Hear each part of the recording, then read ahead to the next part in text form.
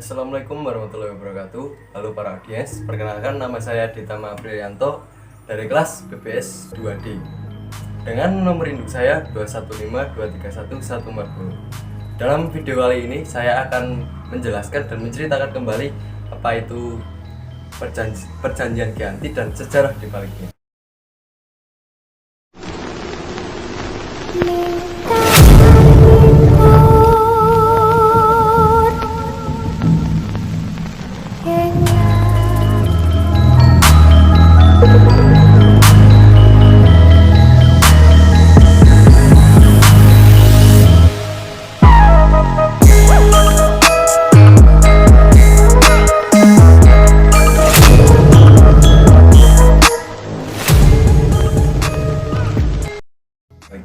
Perjanjian Giyanti adalah bagian dari peristiwa besar di masa silam yang tidak bisa dilepaskan dari sejarah bangsa kita.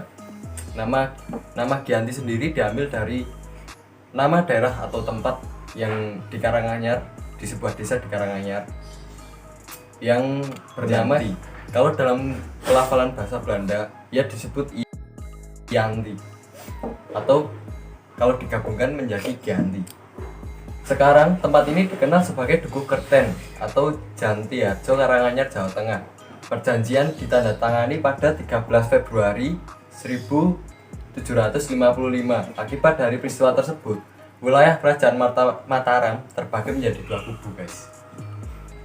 Di wilayah kekuasaan dinasti Mataram yang pada awalnya dimiliki Kesultanan Surakarta harus diberikan kepada Pangeran Mangkubumi sebanyak setengahnya hingga menjadi cikal bakal lainnya Kesultanan Yogyakarta yang kita kenal sampai sekarang. Pembagian kekuasaan terbesar di Jawa ini telah membawa kesedihan tersendiri bagi para rakyat Jawa. Sementara Belanda mendapatkan banyak keuntungan dari perjanjian tersebut dan kekuasaannya semakin kuat untuk digunakan di tanah Jawa. Bisa dikatakan bahwa setelah perjanjian ditandatangani, maka Jawa sepenuhnya jatuh ke bawah kekuasaan VOC. Dan berlangsung hampir selama 2 abad kemudian. Dengan kata lain, perjanjian ini sebagaimana taktik Belanda lainnya adalah alat untuk memecah belah bangsa Indonesia. Awal sejarah perjanjian Giyanti ialah pertikaian antara anggota keluarga di Istana Kesunanan Surakarta, yaitu para pewaris tahta seperti Pangeran Mangkubumi, Susunan Pakubuwono II, dan Raden Mas Said atau Pangeran Sambernyowo. Pakubuwono II adalah kakak dari Pangeran Mangkubumi. Keduanya adalah putra Amangkurat IV, Raja Mataram dari tahun 1719 sampai 1726. Sedangkan Raden Mas Said adalah salah satu cucu dari Amangkurat IV atau keponakan dari keduanya. Raden Mas Said mengklaim haknya atas tahta Mataram yang dikuasai Pakubuwono II karena ayahnya, yaitu Pangeran Aryo Mangkunegoro, adalah putra sulung dari Amangkurat IV yang seharusnya menjadi Raja Mataram sebagai penerus Amangkurat yang keempat. Tetapi karena ia kerap menentang kebijakan VOC, maka ia diasingkan ke Sri Lanka sampai meninggal dunia.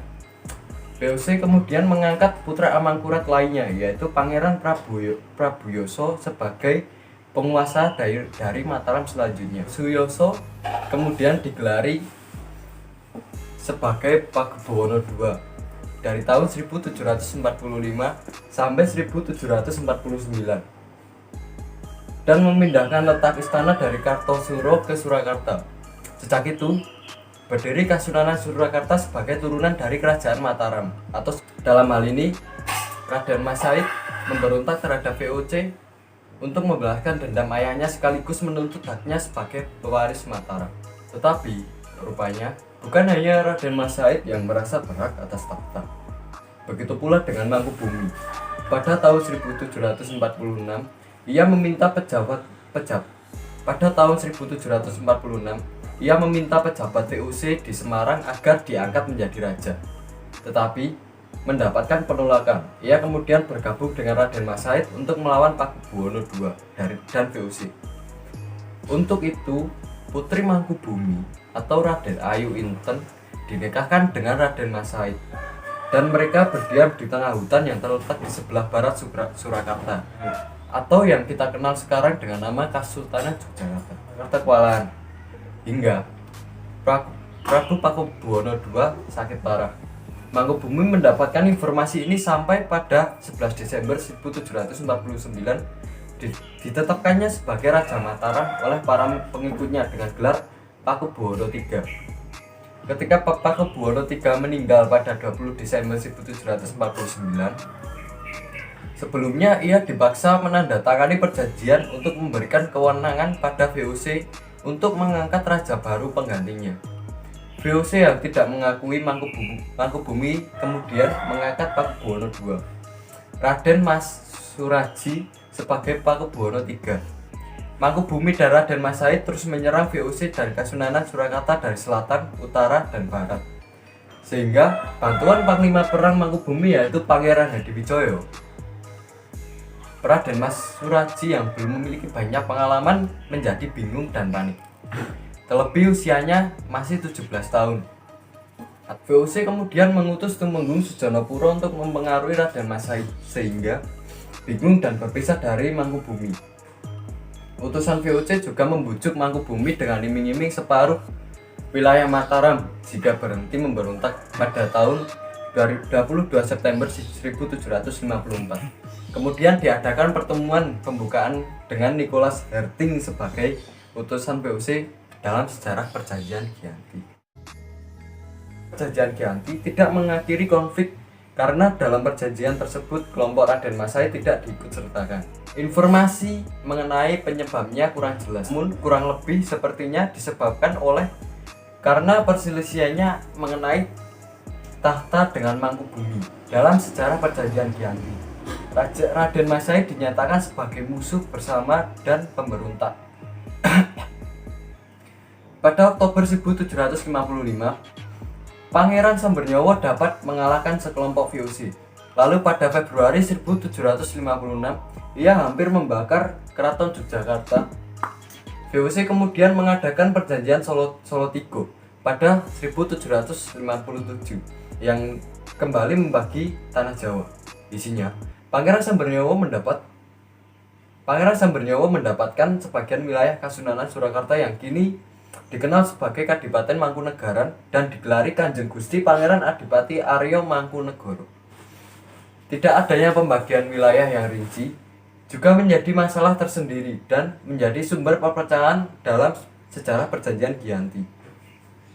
Pembagian wilayah yang acak kemudian dilakukan secara sengaja bertujuan untuk menimbulkan konflik selanjutnya karena banyak wilayah yang tumpang tindih antara satu kerajaan dan lainnya. Pembagian wilayah ini kembali terjadi di kemudian hari. Pada tahun 1813, pada masa pemerintahan Gubernur Jenderal Thomas Stamford Raffles dari Inggris, Kesultanan Yogyakarta juga terbagi menjadi Pakualaman. Pada Indonesia, Kasunanan Surakarta dan Kadipaten Mangkunegara menjadi situs cagar budaya. Sementara Kesultanan Yogyakarta termasuk Pakualaman ditasbihkan menjadi daerah istimewa.